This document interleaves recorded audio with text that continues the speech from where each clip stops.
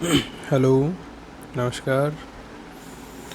स्वागत है आप सभी का भूगोल की ऑनलाइन कक्षाओं में, जिसमें अपन बात कर रही थी इंटीग्रेटेड के बीए बीएड फोर्थ ईयर के सिलेबस में भूगोल की। और भूगोल में अपन जो थॉट का पेपर है भौगोलिक विचारधाराओं का, इसमें अपन ने पहली यूनिट है वो कंप्लीट कर ली थी कल। और आज इसमें अपन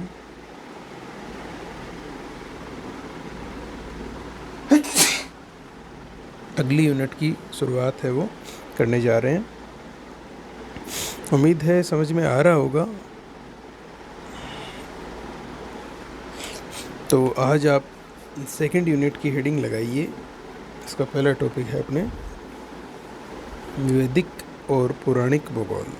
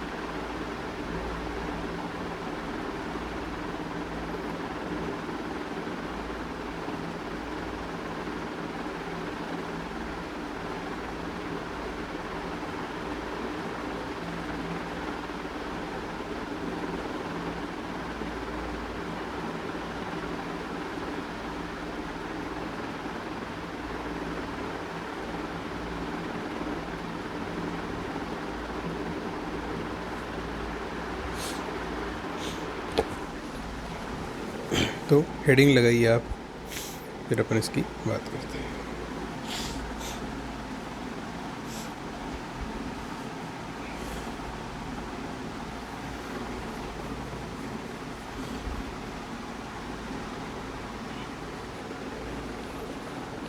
देखिए, भारत में अपन भूगोल के अध्ययन की या भौगोलिक अध्ययन की अगर बात करते हैं तो इसका आरंभ, जो शुरुआत अपन करते हैं, वो मानी जाती है अपने सिंधु घाटी सभ्यता का जो समय रहा, काल रहा, उससे।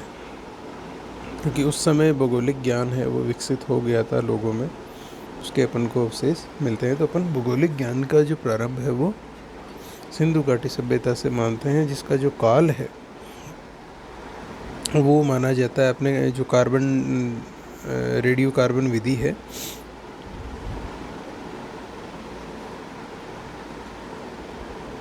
रेडियो कार्बन 14 जो मेथड है तो समय की गणना करने का, ये तो इसके अकॉर्डिंग जो सिंधु घाटी सभ्यता है, इसका काल अपने माना जाता है 2500 से 1750 BC। तो ये जो 2500 BC का जो काल है, इस समय से अपने भारत में या अपने एक भूगोल का जो अध्ययन है उसकी अपन भौगोलिक ज्ञान का प्रारंभ है वो अपने यहाँ से मानते हैं।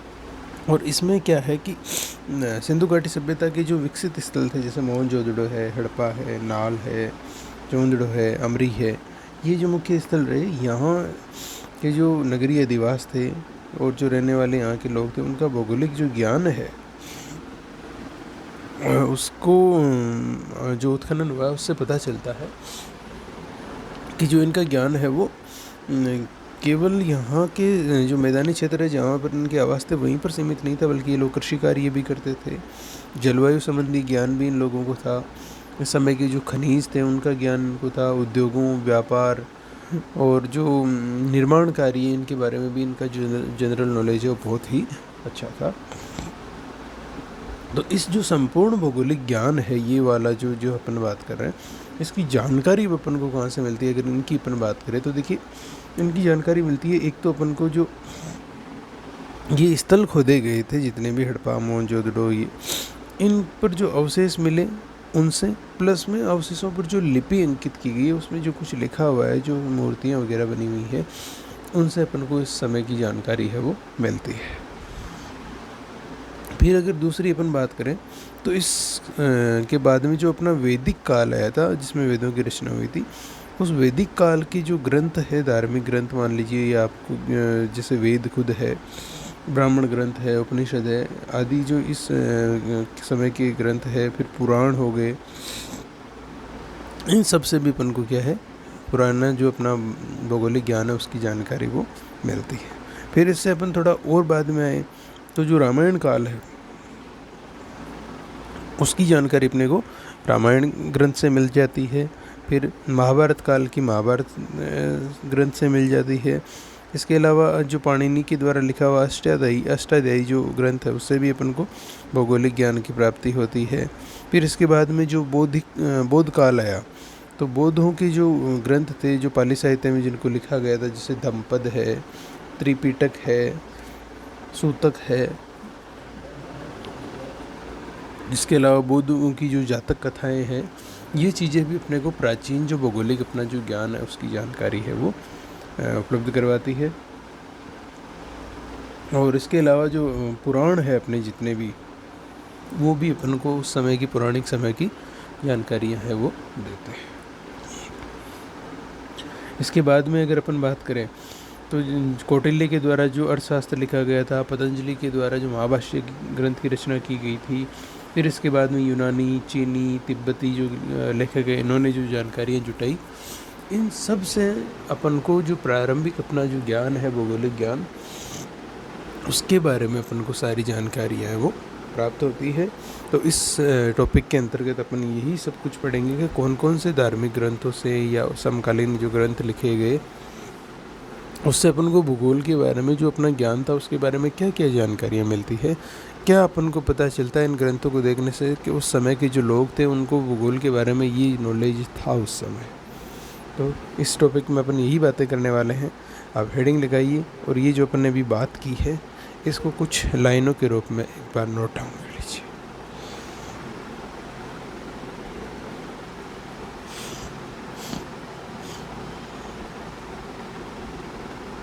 लिखिए, भारत में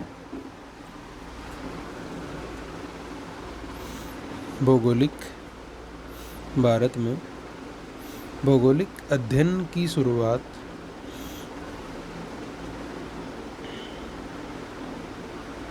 सिंधु घाटी सभ्यता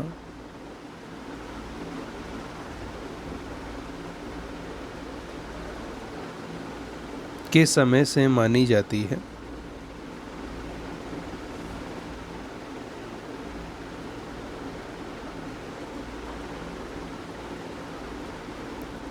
सिंधु घाटी सभ्यता के समय से मानी जाती है, जिसका सर्वमान्य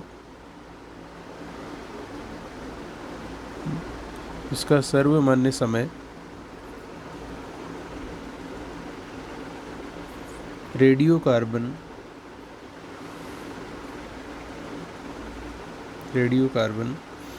14,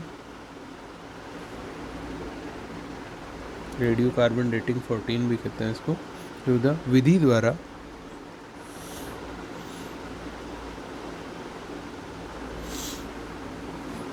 2500 ईसा पूर्व से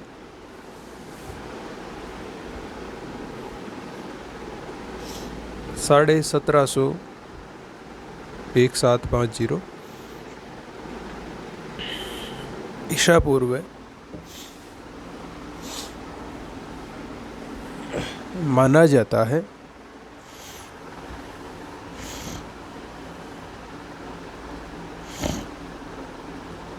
इस समय में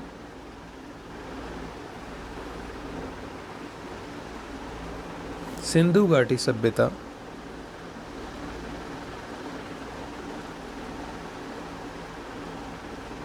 के अनेक विकसित स्थल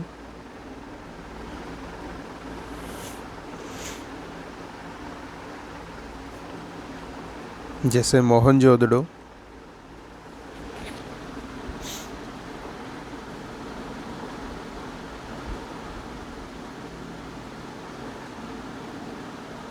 हड़प्पा, नाल,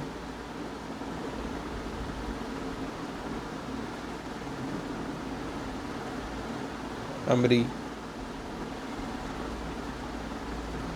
चहुंदड़ो,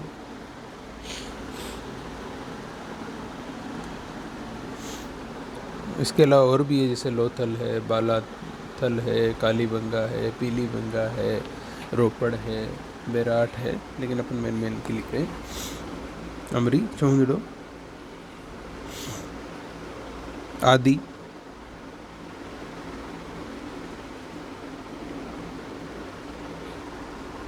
की खुदाई से प्राप्त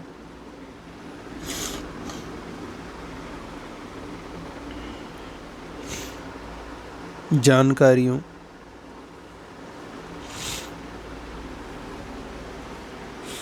से पता चलता है कि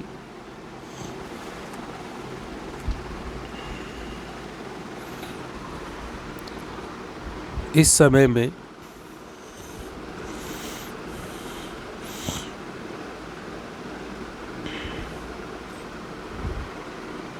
यहाँ के लोग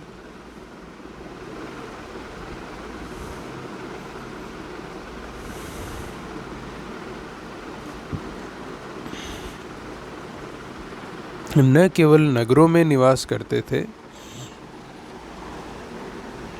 न केवल नगरों में निवास करते थे,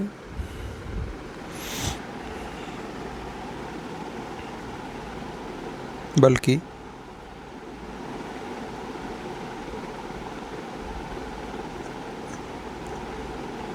इनको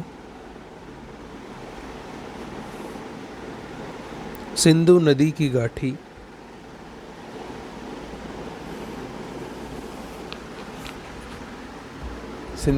की गाठी कौमा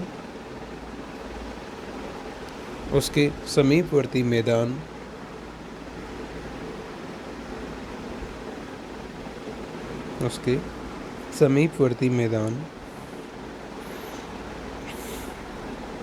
कौमा तत्कालीन कृषि कार्यों, तत्कालीन को काटते थे ना, काटना केवल लिखना, कृषि कार्यों, जलवायु, खनिज संसाधनों, उद्योग, व्यापार आदि सभी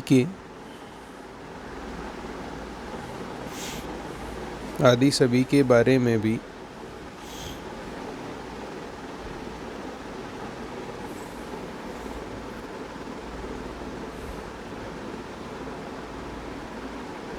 स्पष्ट रूप से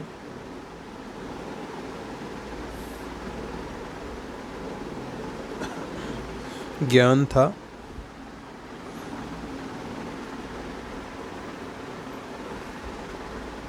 अगली लाइन से लिखना, और ये सभी जानकारियाँ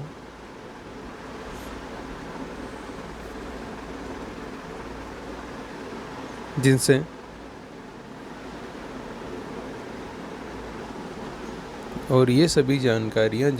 हमें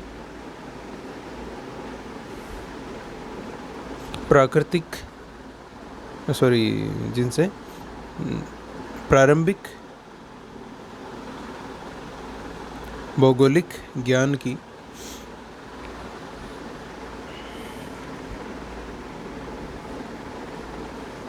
जानकारी मिलती है,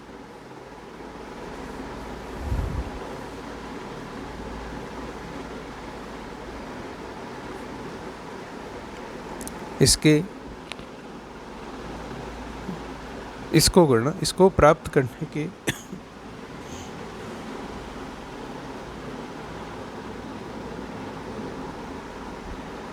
कुछ महत्वपूर्ण स्रोत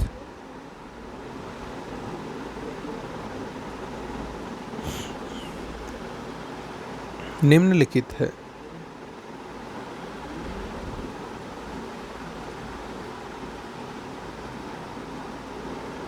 निम्नलिखित है।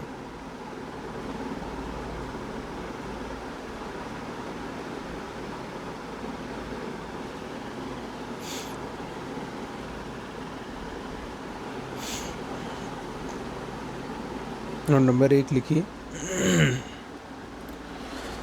कौन कौन से स्रोत हैं।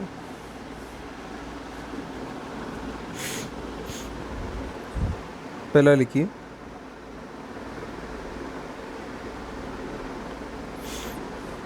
इस काल की भौगोलिक ज्ञान की जानकारी, इस काल के भौगोलिक ज्ञान की जानकारी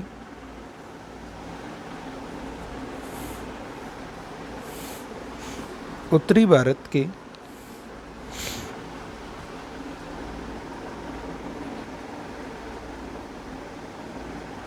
हड़प्पा,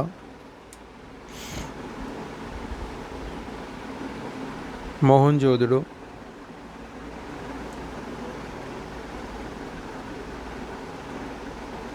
तथा दक्षिणी भारत के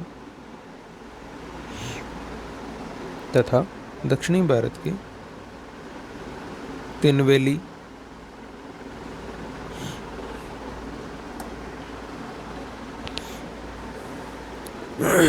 की खुदाई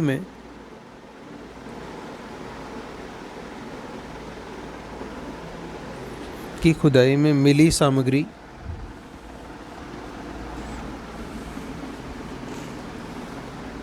और भवनों के प्राप्त अवशेषों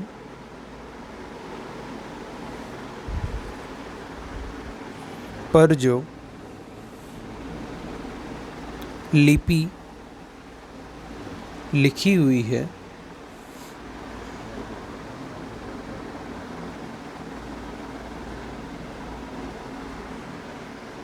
उससे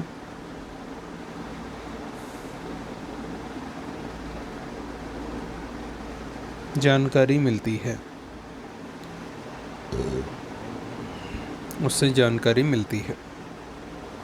ठीक है, तो पहली तो जानकारी हो गई कि अपन को ये जो उत्तरी भारत में हड़प्पा, मोहनजोदड़ो और ये इसके जो अन्य सहायक स्थल थे वो, और दक्षिणी भारत में जो तिनवेली, ये जो इन स्थानों की खुदाई हुई और खुदाई में जो अपन को यहाँ से एक तो जो अवशेष मिले उनसे, और दूसरा जो यहाँ पर जो भवनों के अवशेष मिले उन पर की दीवारों पर जो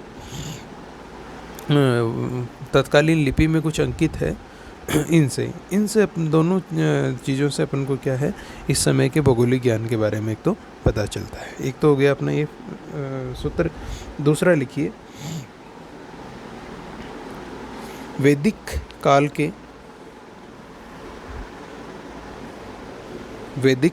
के ग्रंथों से भी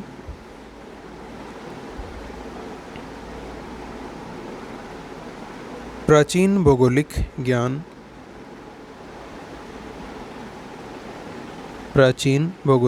ज्ञान की जानकारी मिलती है।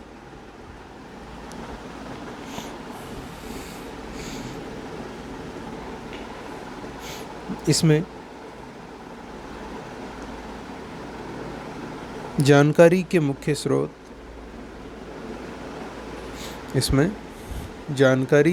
स्रोत ऋग्वेद, सामवेद, यजुर्वेद, अथर्ववेद,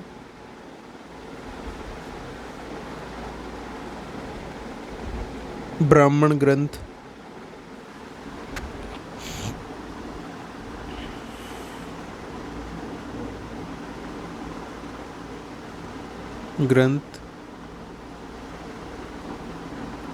आरण्यक, उपनिषद, आरण्यक, उपनिषद तथा पुराण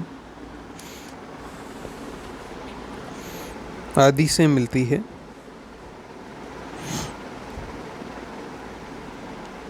जिनमें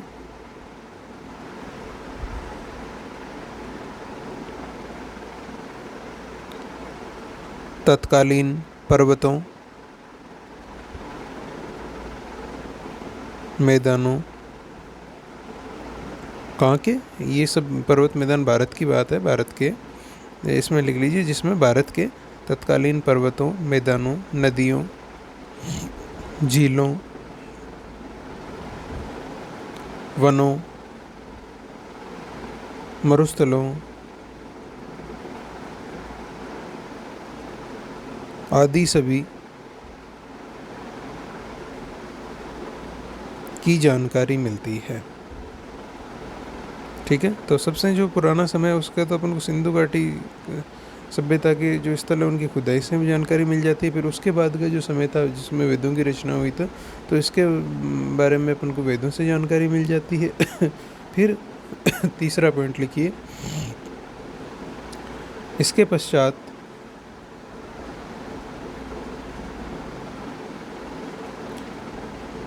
रामायण काल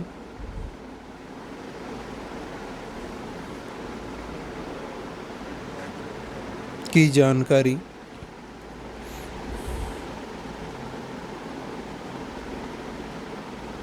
रामायण काल की जानकारी रामायण से,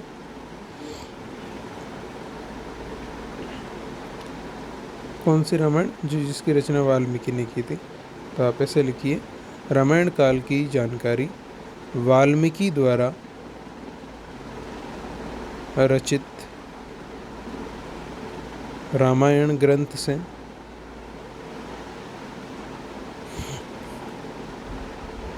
तथा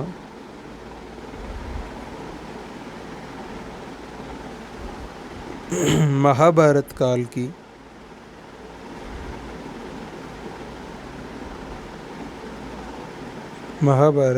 की जानकारी वेद व्यास द्वारा रचित ग्रंथ महाभारत से मिलती है।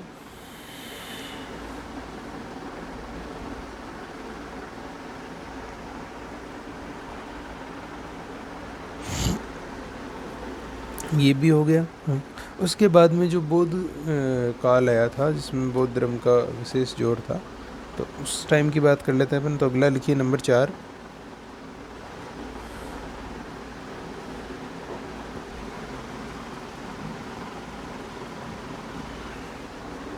तो बौद्ध काल की लिखिए, इसके पश्चात बौद्धकालीन साहित्य से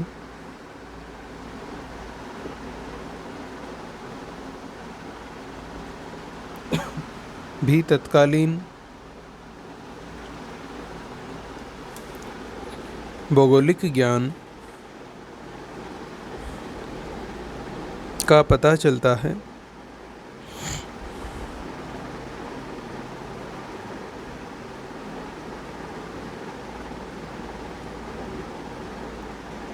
यह साहित्य पाली भाषा में रचित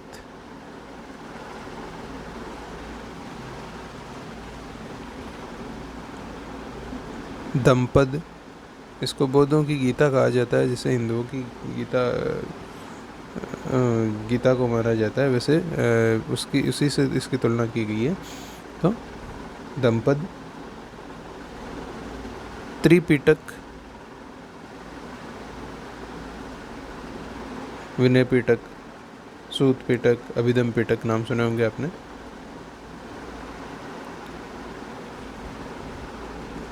दंपत त्रिपिटक तथा जातक कथाओं से मिलती है, जो मौखिक रूप में है से मिलती है।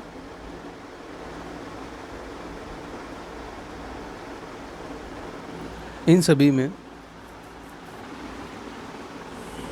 तत्कालीन समय का भौगोलिक ज्ञान,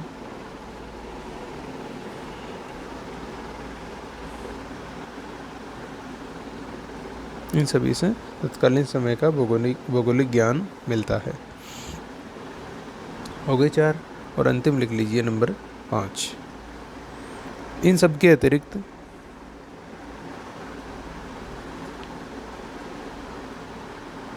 प्राचीन भारतीय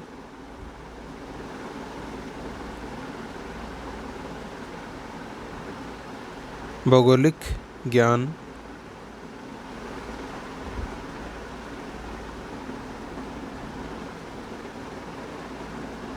का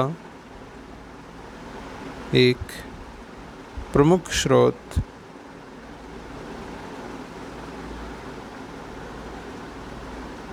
पुराण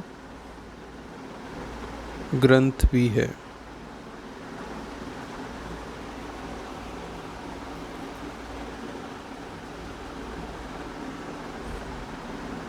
इसके अलावा कौटिल्य के अर्थशास्त्र, इसके अलावा कौटिल्य के अर्थशास्त्र,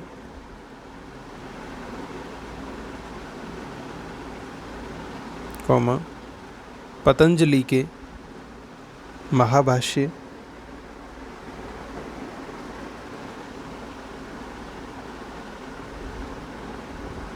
तथा पाणिनि की अष्टाध्यायी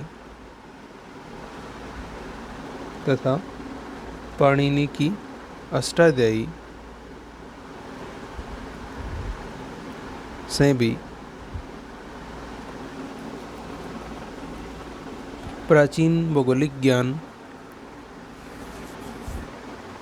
का पता चलता है।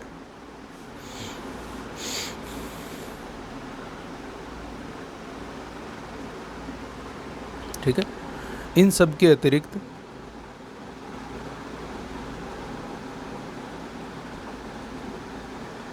विदेशी यात्रियों के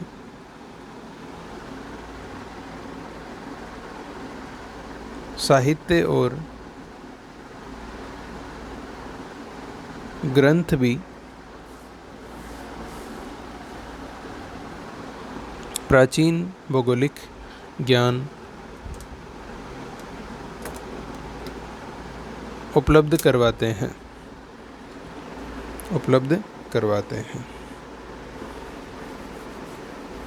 ठीक है।